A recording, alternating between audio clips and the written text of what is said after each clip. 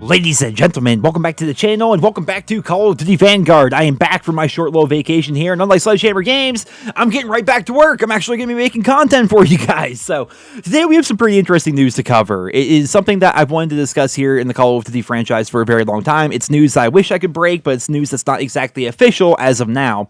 And that news is higher-ups at Activision are discussing the possibility of moving away from the annual release cycle within the Call of Duty franchise. I've said for years that this is something that they should have done. I remember making videos back during Modern Warfare Remastered. I basically make videos talking about it every single year.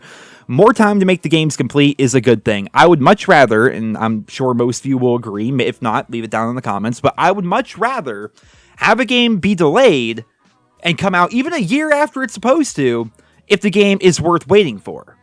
Right? People talk about that with games all the time as of late. I'm a big fan of the Fallout franchise, for example. I can't wait for Fallout 5. I can't wait for the new Elder Scrolls game. I can't wait for the new Borderlands game in the form of Tiny Tina's Wonderlands.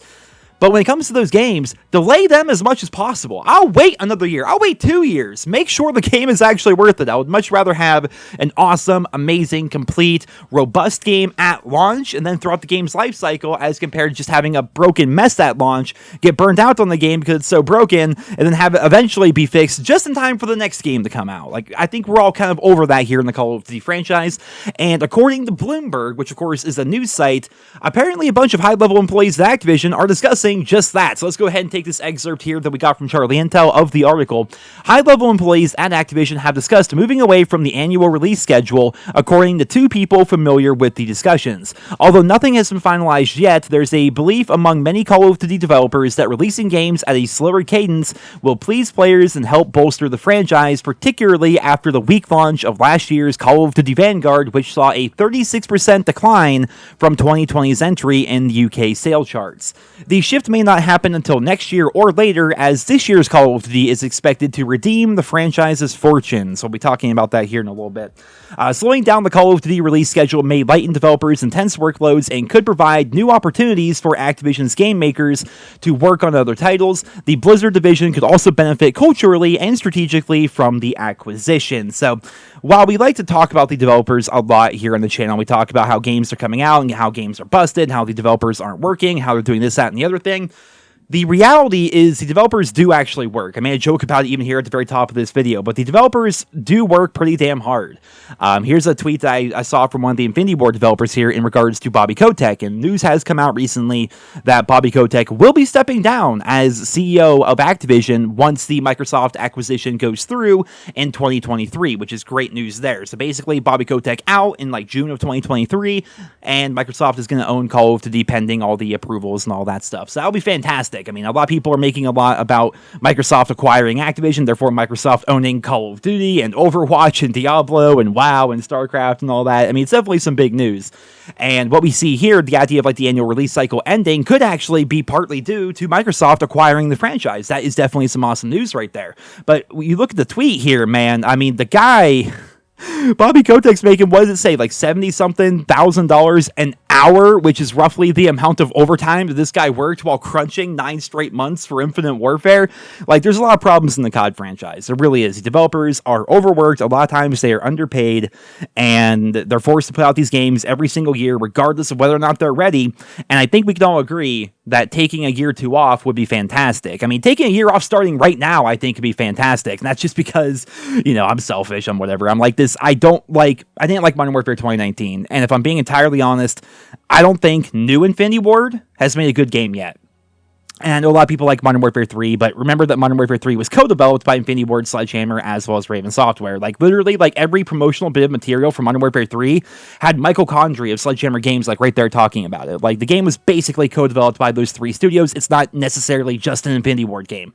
So, if you look at past that, you know, you look at Ghost and Infinite Warfare and Modern Warfare 2019, I haven't liked any of those games from my personal perspective. At a personal level, I did not enjoy those games. So I'm not looking forward to the next Modern Warfare Warfare game, which is coming out here in 2022. I'm not. In my opinion, Infinity Ward has not made a banger of a title since 2009, and that was a whole different studio, essentially, because all the people that made that game, Modern Warfare 2, left and formed Respawn Entertainment and made the Titanfall franchise. So, for me personally, selfishly, I would say, make the cutoff right here. You take Modern Warfare 2019, Black Ops Cold War, and Vanguard, as well as Warzone, update those 3 games plus Warzone simultaneously and continuously for the next year or two. I mean, we have World War II, we have Modern, we have 1970s, 1980s. We have all the eras covered here with the exception of futuristic, right? We have everything covered. Warzone's there. Maybe bring back Verdansk, so you have a modern Warzone map, as well as Caldera, the World War II themed map. You have everything you need right now to continuously update the franchise as this games as service program, which is kind of what they've been doing anyway. That would be fantastic in my opinion, but it looks like they are still slated to release Modern Warfare Roman numeral 2 this year, come October, I believe the leaks are saying right now. And apparently it's going to redeem the franchise's fortunes. I think they're saying that because the last COD game that actually sold pretty well at launch was Modern Warfare 2019. So we'll have to see how that plays out. But yeah, the idea of getting rid of the annual release cycle is something that I've been talking about for years now. I remember making videos on this back during Modern Warfare Remastered, Black Ops 3, everything. I'm just stop making these games if you're going to keep releasing them in the state that they're coming out in, because the franchise is going down the toilet, essentially. But the problem is, it's almost like that old adage, the banks are too big to fail. Well, Call of Duty is almost too big to fail. I mean, despite all the problems, despite the big decline in the UK sales and stuff like that, Call of Duty Vanguard was the best-selling game in the United States in 2021. And that's a fact. I mean, sales are down, sure, compared to other years, but it still was the best-selling game. So, yes, they're making less money, but they're still making more money than everyone else. And obviously, all the microtransactions and stuff like that bolstered that as well. The Battle Pass, I still firmly believe, is a fantastic system, but you have all these skins and stuff like that they're releasing that simply don't even work, for crying out loud. Apparently, they've been updated, but you have that fancy MP40 Mastercraft that just would, you bought the bundle for $24, right? And then you try to load it in multiplayer, and the gun wouldn't load. It would give you a basic default STG with no attachments because it didn't playtest it at all. And speaking of that, apparently over at Raven Software, they're unionizing, which I guess is a good thing. I don't know shit about unions. I don't know how this stuff works, man. I'm just a Call of Duty YouTuber. I'm not a legal expert. I don't know how this stuff works. I just read the news. But apparently that's a good thing. We'll see how that plays out, I suppose. I don't know. There's so much happening with Call of Duty right now, and I've said it before, I'll say it again, ending the annual release cycle is a good thing. Whether they do it this year or next year or what have you, I think it's a good thing. So long as the older games get updated. Dude, you know how happy I would be if Treyarch decided, you know what? We're going back to Black Ops 4. We're updating Blackout. We're adding more shit to multiplayer. Let's go. I'd be stoked. I'd be pumped. If Sledgehammer Games said, you know what? We're scrapping Vanguard. We're done with this. We're going back to update World War II, and we're going to put it on Battle.net. We're going to make it cross-platform. I'd be like, yeah, let's go, dude. That'd be sick. I'd be so happy about that. Would love that. I'd love to go back to the headquarters. I'd love to go back to how good events were back in that game. I'd be happy. I'd be stoked. I mean, even Black Ops Cold War, if they went back and said, we're going to update that game, add more weapons, add more maps, and we're going to finally add flinch to snipers, I would be over the moon. I'd be so happy. But right now, they're not doing that, because basically the game comes out, they update it for 6 months, and they barely make it playable, and then they're like, whoop, time to release the next game. It's been a really shitty situation over the course of the past couple of years, which I guess I benefit from. I mean, people like me and Blame Truth are just going straight to the bank here, because we're one of the few people on YouTube these days to actually, critique the Call of Duty franchise, which is not to say necessarily that I think that people like me or BT or other people, Prestigious Key even, that are complainmentators. I don't think we're there just to whine and bitch and moan and stuff like that. I think we do give genuine, honest feedback to the Call of Duty franchise. I think it comes from the perspective of we are people that were playing this game franchise more than 15 years ago. That's hard for people to understand. There's a lot of people that watch my channel that are like, yeah, I'm in college now, this, that, and the other. And I'm like, dude, I've been making videos and playing COD almost the totality of your life.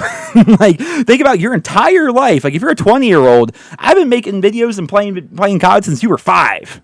You think your life's been long? I've been playing COD that whole time. We remember what the franchise was. We remember how the franchise used to be. We remember how great things used to be. And we see amazing features that for some reason are awesome in one COD game. And then they're like, yeah, we're going to scrap that. No more of that. We're just going to get rid of that. Blackout and all the cool stuff that happened in Blackout. They basically scrapped every good thing from Blackout when they made Warzone. It's why?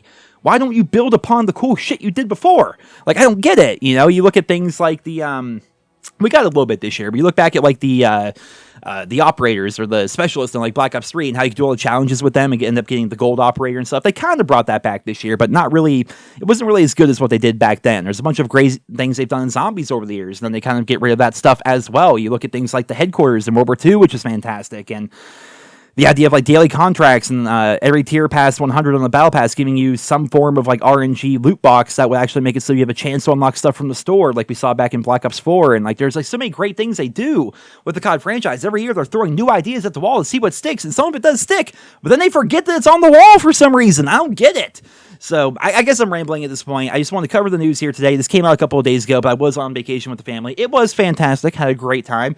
I have a normal sleep schedule now, which is weird. I slept like 3 hours last night, and then after streaming all night for when I got home, and my body's just used to being awake at like 8 a.m. now for some reason. It feels weird. I don't like it. I feel dirty. But yeah, so it was fun to get away from the computer, get away from the whole scene, and just relax with family and go do fun stuff. We went to an arcade and like a indoor splash park and stuff like that. It was really cool. It was a lot of fun. But now I'm back. We're making videos again. Content is resuming here on the channel, and I hope you guys all enjoyed this particular video here. And as always, I will keep you all posted as more news and more information becomes available to us. But for right now, I'm going to wrap up today's video. Thank you so much to all of my lovely channel members, as well as my Twitch subscribers. You guys are fantastic. Love each and every one of you, and stay tuned for the next video. Have a great day, guys.